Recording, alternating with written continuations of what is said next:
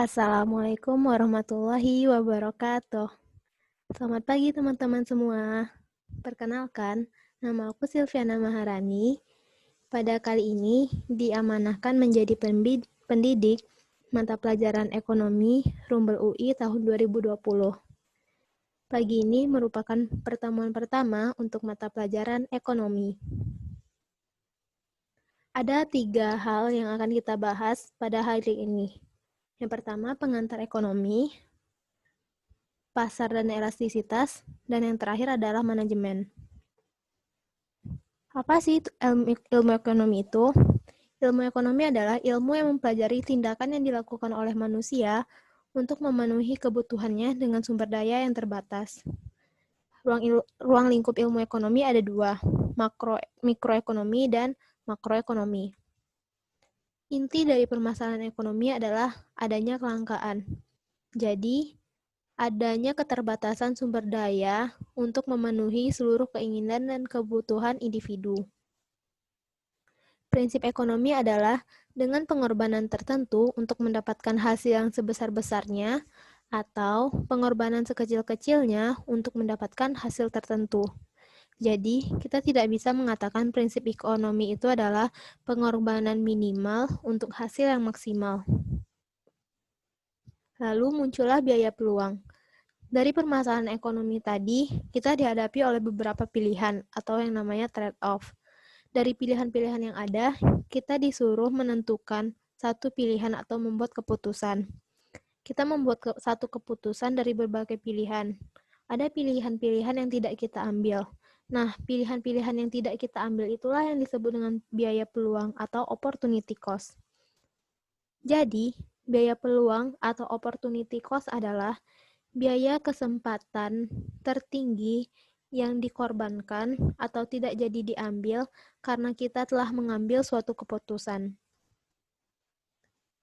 Faktor produksi ada 4 jenis. Yang pertama tanah, tenaga kerja, modal, dan kewirausahaan.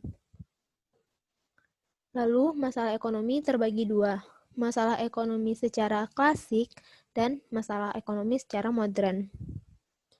Kita masuk ke contoh soal. Silakan dibaca soal tersebut terlebih dahulu. Baiklah, dari ilustrasi di atas, penyebab kelangkaan garam yang terjadi saat ini adalah jawaban yang tepat untuk pertanyaan sesuai dengan wacana di atas adalah C. Karena di dalam wacana telah disampaikan bahwa kelangkaan itu dipicu oleh curah hujan yang tinggi di daerah produsen garam, sehingga produksi garam menurun. Lanjut, kita akan membahas masalah ekonomi. Masalah ekonomi terbagi 2, masalah ekonomi klasik dan masalah ekonomi modern. Masalah ekonomi klasik terbagi menjadi 3, produksi, distribusi, dan konsumsi. Sedangkan masalah ekonomi modern terdiri dari what atau barang apa yang ingin diproduksi, how, bagaimana barang tersebut diproduksi, dan for whom, untuk siapa barang tersebut diproduksi.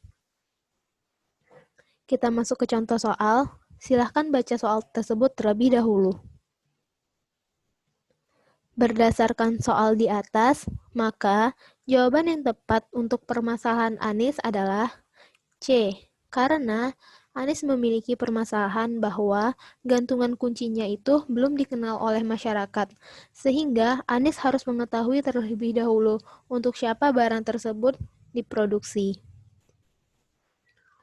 Lanjut, kita membahas sistem ekonomi. Jadi, ada beberapa sistem ekonomi. Yang pertama, sistem ekonomi pasar. Sistem ekonomi pasar ini memberikan kebebasan kepada setiap individu untuk melakukan tindakan ekonomi dan setiap individu berhak untuk menguasai atau memiliki sumber daya, sehingga individu-individu atau masyarakatnya bisa meningkatkan kreativitas dan inovasi. Selanjutnya, ada sistem ekonomi komando. Sistem ekonomi komando merupakan sistem ekonomi di mana pemerintah memiliki andil yang sangat besar dalam seluruh kegiatan perekonomian. Kegiatan ekonomi, produksi, dan kegiatan-kegiatan lainnya sudah diatur oleh pemerintah. Lalu, sistem ekonomi campuran merupakan sistem ekonomi di mana antara pihak swasta dan pihak pemerintah saling bekerja sama. Pihak swasta diberikan kebebasan untuk melakukan kegiatan individu, kegiatan ekonomi, dan diberikan kebebasan untuk memiliki sumber daya. Namun, pemerintah juga mengawasi kegiatan dan jalannya perekonomian. Dan yang terakhir adalah sistem ekonomi Pancasila. Nah, sistem ekonomi Pancasila inilah sistem ekonomi yang dianut oleh masyarakat Indonesia, di mana dalam seluruh kegiatan perekonomian dijiwai dan dilandasi oleh ideologi Pancasila. Kita masuk ke soal, silahkan baca soal tersebut terlebih dahulu. Berdasarkan soal di atas, maka jawaban yang tepat untuk menjawab pertanyaan tersebut adalah A. Karena di dalam wacana tersebut kita dapat mengetahui bahwa sistem ekonomi yang dipakai oleh perekonomian ini adalah sistem ekonomi campuran, karena setiap individu bebas memperoleh penghasilan dan bebas melakukan kegiatan ekonomi. Lalu sumber ekonomi yang menguasai hidup orang banyak dikuasai oleh pemerintah. Jadi, pemerintah tetap mengambil alih atau mengambil kendali di dalam perekonomian. Ada kerjasama antar pihak swasta dan pihak pemerintah. Itulah yang menandakan sistem ekonomi campuran. Lanjut, kita akan membahas kegiatan-kegiatan yang ada di perekonomian. Jadi, berdasarkan masalah ekonomi klasik, tadi ada produksi, distribusi, dan konsumsi. Produksi adalah proses membuat atau mengolah barang mentah atau faktor produksi untuk menjadi barang jadi atau output. Nah, kegiatan produksi itu dapat terbagi menjadi produksi ekstraksi, produksi agraris, produksi industri, produksi perdagangan, dan produksi jasa. Kegiatan distribusi merupakan kegiatan penyaluran barang dari rumah tangga produsen ke konsumen. Kegiatan distribusi ini dapat dilakukan secara langsung, semi tidak langsung, dan tidak langsung. Selanjutnya, ada kegiatan konsumsi. Kegiatan konsumsi merupakan kegiatan menghabiskan nilai guna suatu barang atau jasa. Lanjut, kita membahas tentang perilaku konsumen. Jadi, perilaku konsumen ini ada yang bersifat rasional dan ada yang bersifat tidak rasional. Konsumen yang rasional ditandai dengan barang yang dikonsumsinya itu dapat memberikan kepuasan secara optimal, barang yang dikonsumsi tersebut benar-benar dibutuhkan oleh konsumen, mutu dan kualitas barang itu terjamin, dan harga dan jumlah barang sesuai dengan kemampuan konsumen. Sedangkan konsumen dikatakan tidak rasional apabila konsumsi hanya dilakukan karena tertarik oleh promosi yang dilakukan di media cetak atau media elektronik. Konsumsi dilakukan karena ingin memiliki merek yang sudah dikenal oleh masyarakat, tertarik karena adanya bonus atau diskon, dan membeli barang hanya karena alasan gengsi. Lalu kita masuk ke hukum Gosen. Jadi, untuk perilaku seorang konsumen, terdapat dua hukum Gosen. Hukum Gosen pertama mengatakan bahwa jika suatu barang dikonsumsi dalam jangka waktu tertentu terus bertambah, maka kepuasan total akan bertambah. Akan tetapi, tambahan kepuasan justru akan menurun. Jika kita ibaratkan kita makan satu piring nasi goreng, satu piring nasi goreng itu melambangkan kepuasan total kita. Tambahan kepuasan itu digambarkan dengan tambahan setiap sendok nasi goreng yang kita makan. Jadi, semakin kita menambah sendok nasi goreng yang kita makan, lama-kelamaan tambahan kepuasan kita terhadap makanan tersebut justru akan menurun atau berkurang. Lalu, kita masuk ke hukum Gosen 2. Di hukum Gosen 2 mengatakan bahwa seorang konsumen akan membagi pengeluarannya atau uang yang ia miliki untuk mengkonsumsi berbagai macam kombinasi barang sehingga kebutuhannya terpenuhi secara seimbang. Jadi, di hukum Gosen 2 ini membagi konsumsi dengan pendapatan yang ia miliki agar kebutuhannya dan kepuasannya tercapai secara seimbang. Lanjut, kita akan membahas peran perilaku ekonomi. Jadi, di dalam ekonomi itu ada 4 pelaku ekonomi. Yang pertama, rumah tangga konsumen, rumah tangga produsen, pemerintah, dan luar negeri. Keempatnya memiliki andil dan memiliki perannya masing-masing. Dari rumah tangga konsumen ke rumah tangga produsen, memberikan faktor produksi, lalu faktor produksi tersebut digunakan oleh rumah tangga produsen untuk menghasilkan barang. Begitupun sebaliknya, dari rumah tangga produsen membalas jasa atas faktor produksi, dan rumah tangga konsumen membeli barang yang diproduksi oleh rumah tangga konsumen.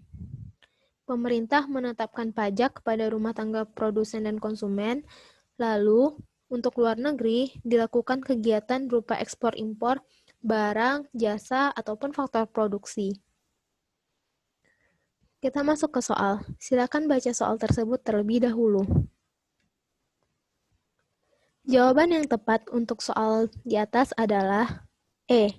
Karena upaya pemerintah yang dikaitkan dengan circular flow diagram ditunjukkan oleh arus nomor E13 dan 15.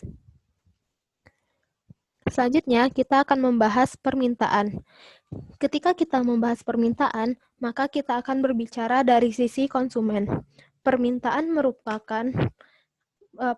merupakan jumlah barang dan jasa yang bersedia dibeli oleh konsumen pada berbagai tingkat harga. Hukum permintaan berbunyi, apabila harga naik, maka jumlah barang yang dibeli akan berkurang. Begitupun sebaliknya. Apabila harga turun, maka jumlah barang yang dibeli akan meningkat. Ada beberapa faktor yang mempengaruhi permintaan. Yang pertama, harga barang itu sendiri. Yang kedua, harga barang lain. Yang ketiga, pendapatan, selera, jumlah penduduk, dan prediksi terhadap perubahan harga. Kita bisa menyusun persamaan untuk permintaan sama dengan Q sama dengan A min BP. Di sini tergambar bahwa hubungan antara kuantitas barang dan harga barang adalah negatif. Persamaan ini bisa kita peroleh dari P min P1 per P2 dikurang P1 sama dengan Q dikurang Q1 per Q2 dikurang Q1. Berikut merupakan gambar dari kurva permintaan. Lanjut, kita akan membahas penawaran. Jika tadi permintaan kita membahas dari sisi konsumen, maka penawaran akan membahas dari sisi produsen. Hukum penawaran adalah apabila harga naik, maka jumlah barang yang dijual akan bertambah. Apabila harga turun, maka jumlah barang yang dijual akan menurun. Kita bisa menyusun persamaan hukum fungsi penawaran Q sama dengan min A plus BP. Rumus persamaan ini juga sama kita dapatkan dari P min P1 per P2 dikurang P1 sama dengan Q dikurang Q1 per Q2 dikurang Q1. Ada beberapa faktor yang mempengaruhi permintaan, diantaranya harga barang itu sendiri, harga barang lain, biaya produksi, dan teknologi. Berikut adalah kurva penawaran. Lanjut, kita membahas pergerakan dan pergeseran kurva. Jadi, baik kurva permintaan atau kurva penawaran dapat bergerak di sepanjang kurva atau bergeser. Kurva dapat bergerak di sepanjang kurva diakibatkan oleh perubahan harga barang itu sendiri. Dan kurva dapat bergeser ke atas atau ke bawah, ke kiri atau ke kanan, disebabkan oleh perubahan faktor lain selain harga barang itu sendiri. Selanjutnya, kita akan membahas keseimbangan pasar. Keseimbangan pasar terjadi apabila bertemunya kuantitas demand dan kuantitas supply atau harga permintaan sama dengan harga penawaran. Keseimbangan pasar terjadi apabila kurva demand memotong kurva supply atau kurva permintaan memotong kurva penawaran. Elastisitas. Elastisitas merupakan alat untuk mengukur persentase perubahan jumlah barang yang ingin dijual atau ingin dibeli jika terjadi perubahan persentase harga. Rumusnya adalah delta Q per delta P dikali P per Q. Untuk permintaan dan penawaran, rumusnya sama. Ada beberapa jenis elastisitas. Yang pertama elastis, inelastis, elastis uniter, inelastis sempurna, dan elastis sempurna. Kita akan membahas struktur pasar. Jadi, ada beberapa struktur pasar. Yang pertama, pasar persaingan sempurna, di mana pasar ini memiliki sangat banyak penjual dan pembeli, sehingga penjual tidak bisa menetapkan harganya sendiri dan disebut price taker. Barang yang dijual merupakan barang yang homogen dan tersedia informasi secara sempurna. Yang kedua, merupakan pasar monopoli. Pasar monopoli adalah pasar yang hanya memiliki satu penjual. Karena ia merupakan satu-satunya penjual, maka ia bisa menguasai harga atau disebut dengan price maker. Di dalam pasar monopoli, penjual memiliki daya monopoli, sehingga dengan daya monopoli tersebut dapat memberikan hambatan bagi perusahaan lain atau pelaku ekonomi lain untuk masuk ke dalam pasar. Yang ketiga, pasar oligopoli.